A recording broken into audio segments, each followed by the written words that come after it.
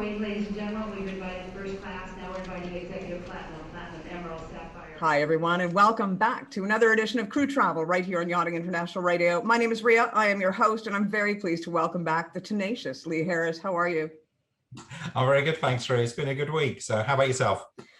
Good, good. Well, you know, it's getting warm and the air conditioning isn't working, but other than that, I'm fine. I was worried there that it was like that perimenopause or menopause or something, but no, it's just heat. I mean, you've got the sea behind you or the ocean. I mean, how could it possibly be air conditioning? Well, because as you see, I'm on the outside of the yacht as opposed to inside the yacht where the air conditioning is. Clearly that's what it is. Yes. I know. You're jealous. Fair. Because I'm in a better location. Actually, it's a beautiful location. Right. You didn't even tell us you were going to be on location this week. Sorry? You didn't tell us you were going to be on location this week. I know I didn't, but you know what? I figured that I would share the pictures in my head with the audience. So, the wonders of modern technology, I can actually put that together. And yeah, see, now you see when I move my hands exactly how wonderful that is. I have to mention that Crew Travel is brought to you weekly by Blue Marine Travel, who haven't lost a passenger since 1978 when I was born. Good job, Lee. I'm not getting bad at this, am I? Yeah, I wasn't sure you were going to be able to do that. Yeah, see, and I was put on a spot. I didn't know I was going to be doing it. I know. Well, and you know what? I noticed how you said 1978 instead of the 70s, is which I normally say, but. Yeah, I did think about lying and saying like 1988, but I'm not quite sure that'd be believable. No, I'm sorry. Completely not. Good try. Yeah, good try. That's like me saying I was born in 1998. No. I think the start should have been 18.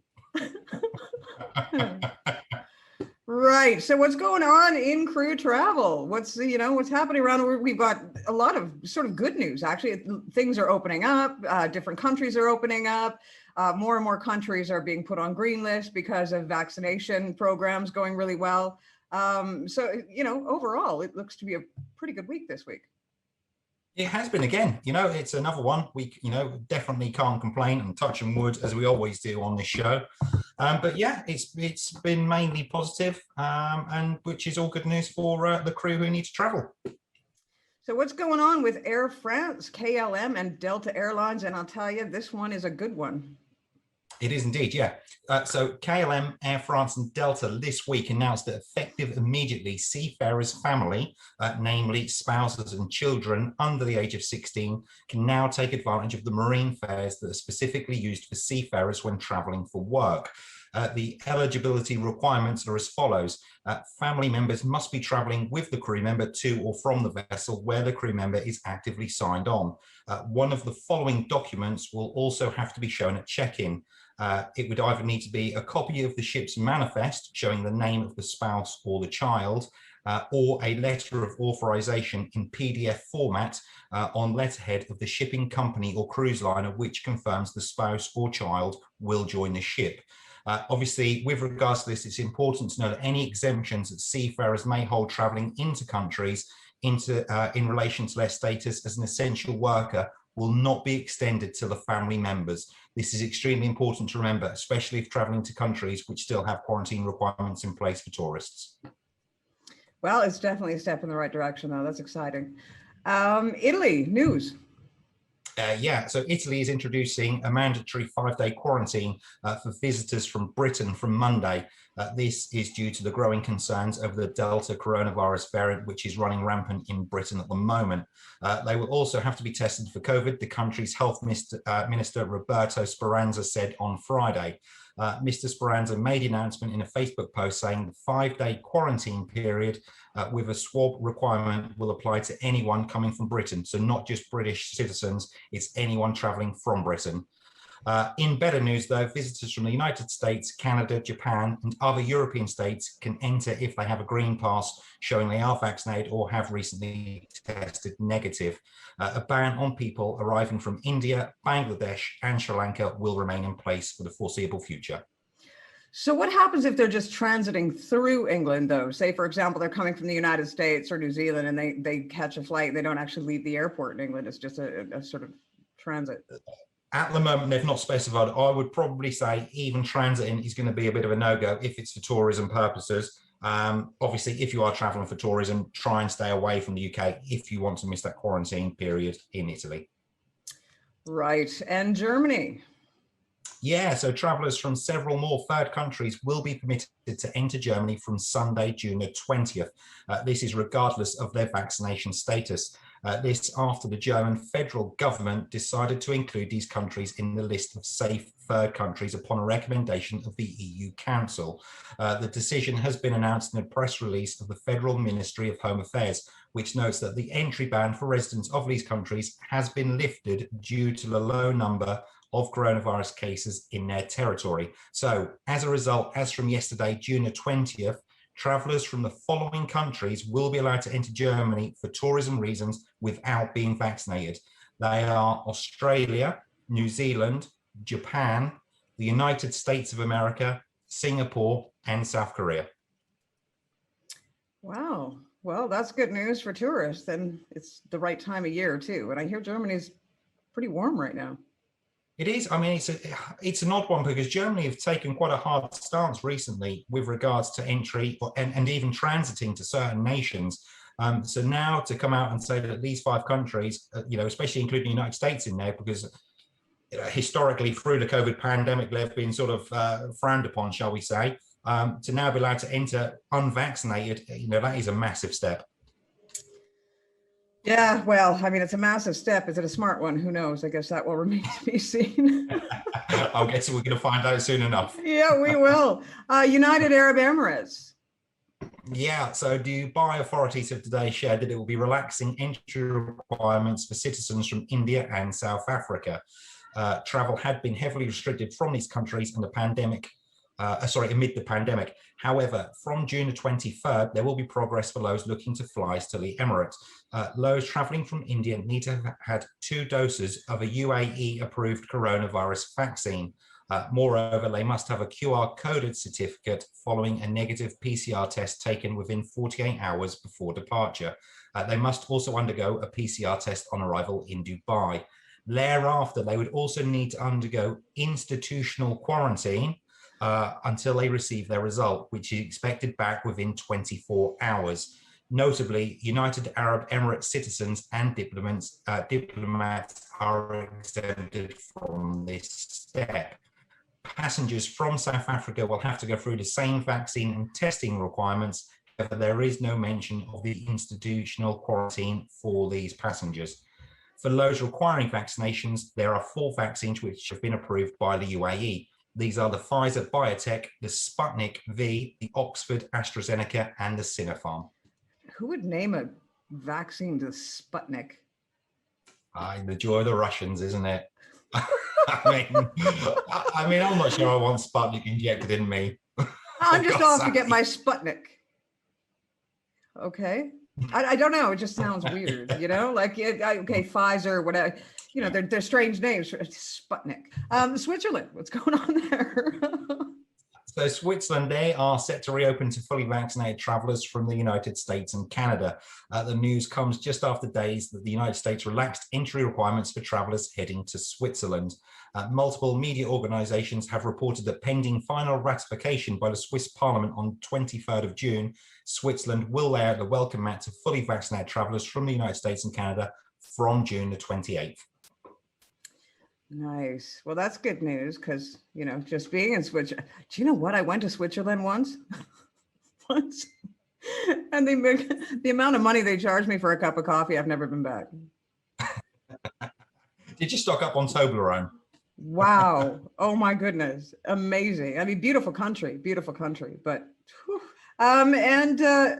The Lot Polish Airlines. It's an airline company that I've never heard of before.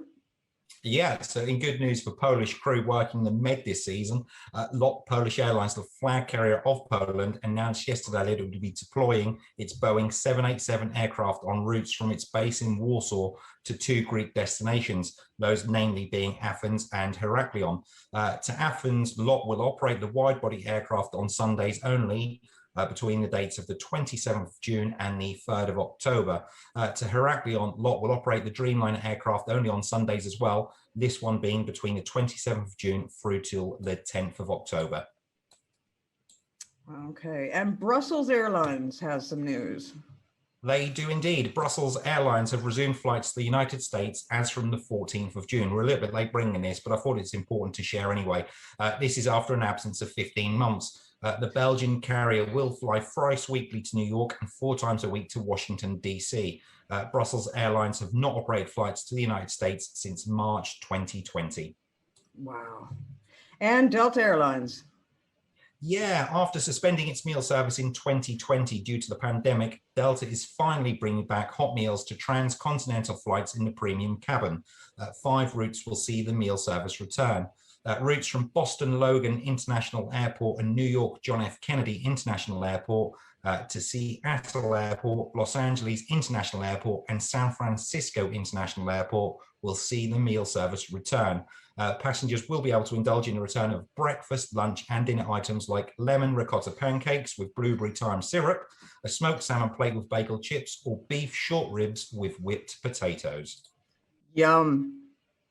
And there you go. That'll get your juices going. Right? I'm just going to go on the plane for airplane food now.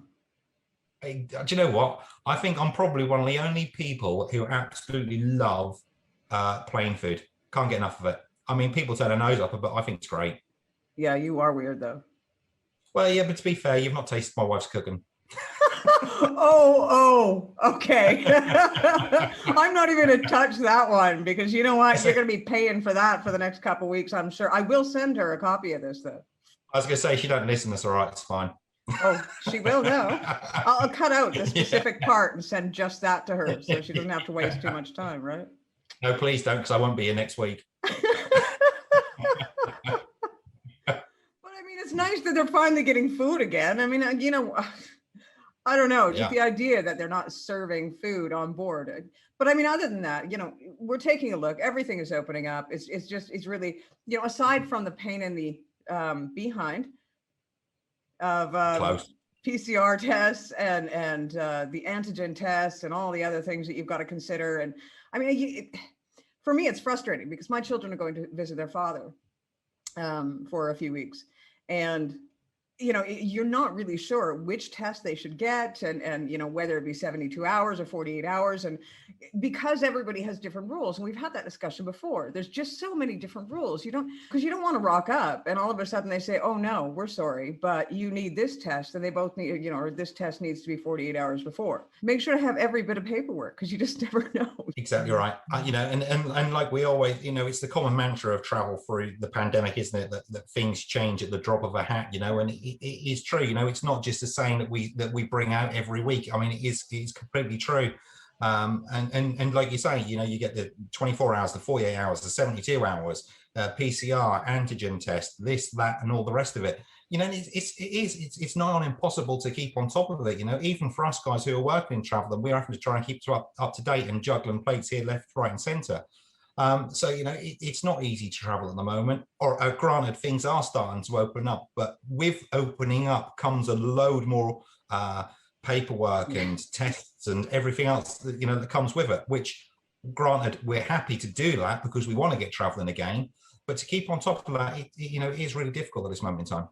Well, I got to say, I'm lucky because my kids are getting on one flight, you know, in one location and they're landing in the others. There's no, you know, jumping planes or going from plane to plane or airport to airport. When we're talking crew, more than likely, there's going to be 2 to 3 different flights that they've got to catch in their journey. And each one of those has a different set of rules, a different set of regulations, especially if you're crossing borders or continents. So yeah, I just, you know, I have enough headache with this. I'm almost tempted to stay home for at least another 2 years until things.